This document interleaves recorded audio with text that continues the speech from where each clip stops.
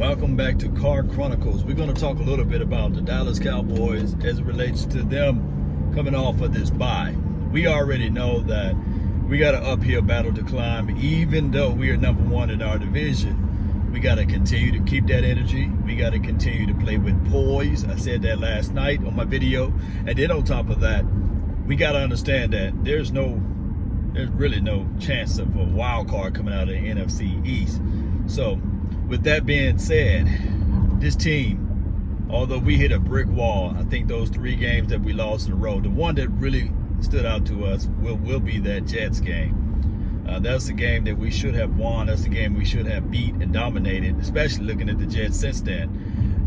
And we look back at everything. We can't blame the ref officials. I do know that that's the low-hanging fruit. And we got to look at it from these parameters. Jerry Jones, although we went and got a Michael Bennett, he's just a bridge player, meaning that he's going to help whoever that's playing behind him for the next year. So he's not going to be the end-all, be-all guy. Now, we would like for him to come out and to just show us the world, but in reality, that's not going to happen. When you look back at film, you can say, yeah, a veteran guy that can help out this team, but we don't know. It's such a big, how can I put this? Such a big risk, basically. Relying on a 33, 34-year-old guy to make changes to your defense, that's wishful thinking. That's crazy assessments there. We have to get young at that position regardless. Now, I can't cry over spilled milk, and I can't cry at the fact that we went and got somebody. That's good. It's better than what we had on the front end. Meaning that Tyrone Crawford is gone. He was our interior sack leader from last year. There was nobody that had more sacks from the interior than Tyrone Crawford. Will he bring in that type of production for us? I can say yes. Even at 33, 34 years old, I believe that he can bring that type of level of energy. I think he can bring that type of spark to this team. And we still need help as it relates to stopping the run.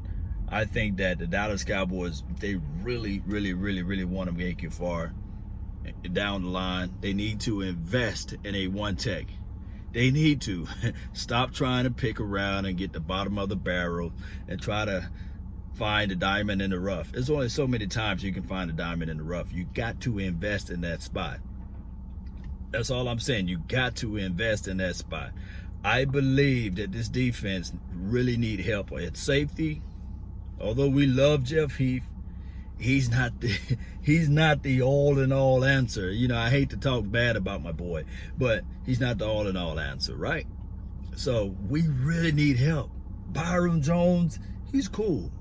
When you don't hear a person's name enough or a lot, then that means that they're doing a great job as it relates to defensive back play. So that's what I want to be able to say on that aspect of it. Now, his name been all over the news and all over the Cowboys waivers and all this stuff. Well, hot wire stuff. Not saying that he's going to get traded or anything, but as far as the Cowboys fan base, is it, he's trash, he can't do this, he can't do that. But Chido Woozie ain't been solid. Could he be a little bit more aggressive at times? Yes. But I think that Cheeto is a real solid player. Jordan Hip Pocket Lewis, everybody know, check out my film session. I think that Jordan Lewis is a starter. He should be able to step it up on the second half. But going back to this defense, what will help everybody out, especially the linebackers and the safeties and the cornerbacks, or the collective defensive back, would be a run stopper. We got edge rushers. Barber Quinn, D-Law, those boys. I think the edge rushing is pretty good, even when you throw Kerry Hyder in from time to time. I think the edge rushers are okay. Not trying to sully or denigrate or cast salt or throw anything at big number 99, but he can only do so much. I like Antoine Barbecue Woods at maybe 40 snaps a game, not 60. I just like him at limited snaps, basically. And there's nothing wrong with trying to reevaluate your team, take a self-inventory of your team, and seeing where you need to help at. Now, there's been news and reports out there that the Cowboys are still looking at trades. They're looking at multiple guys from the Jets team, the Williams kid. They looked at him. They realized that probably the Jets wanted too much money. And they also looked at the Robbie Anderson, the guy that just killed us when we played against the Jets. They looked at him, and they looked at some other guys, and this is slipping my mind. But I will say this, though, Cowboy Nation,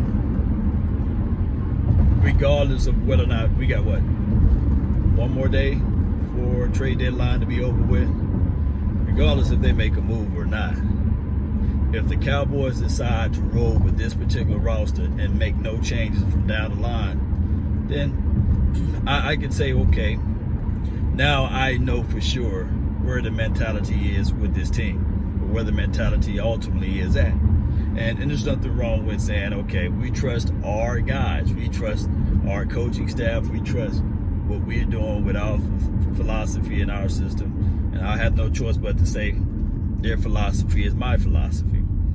But like I said in previous weeks, when we was going through the raw slumps or what have you, we have a right to be mad. We have a right to be upset. We have a right to declare calling for the head of the head coach. We have a right to be saying that, okay, you guys trusted this particular system and it didn't work.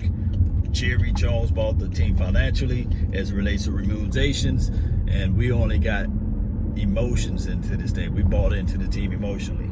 A lot of people say, well, no, it's not true, Law. I bought ticket seats and I bought jerseys and stuff, but you don't get nothing in return like Jerry Jones. So when you buy your jersey, when you buy your ticket seats, you don't get no return, no remunerations back in your pocket when you do those things. You only get emotionally, you only get the emotions from it. You only emotionally invested into this team. Meaning that, so by us being emotionally invested in this team, the only thing that we can do is just say, hey, off with the head of the head coach, or we declare that this person needs to be traded and these sorts of things. It's not somebody being a Waverly fan. No, it's just somebody that wants and declare and demands for us to win, wants and declares demand for a change. Now, the Dallas Cowboys, my major and my big reservation heading into the second half is this right here. Coming off of a bye, we already know that Jason Garrett team in the last 10 years just been flat coming out of a bye. We really don't just come in after the bye just like, oh wow, this team is just knocking over everything and just being so unique with it. That's why last year, if you go back and watch my videos, you will see that I said, man, if this team could just get to the wild card first and not have that bye week, you see, go to the wild card, beat whoever we face in the wild card session, and then you go in and carry that momentum on.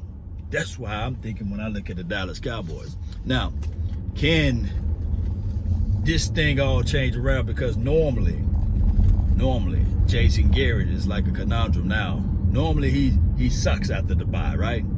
But now, I'm gonna say this, but now we play a divisional game, which Jason Garrett normally have his teams ready.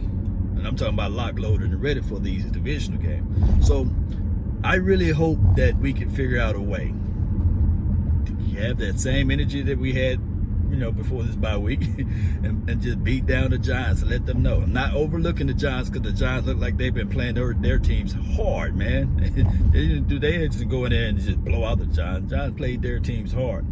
So we'll see what we can do in order to move or push the envelope or to get this win. Let me know how you guys think or how you all feel about this. That's been my time. I really thank you all for tuning in to the Law Nation's Car Chronicles. We're back, baby. But we'll get it going one way or another. That's been my time. I really thank you all for yours. And remember, you're listening to nothing but the best. Salute. I'm out. Peace.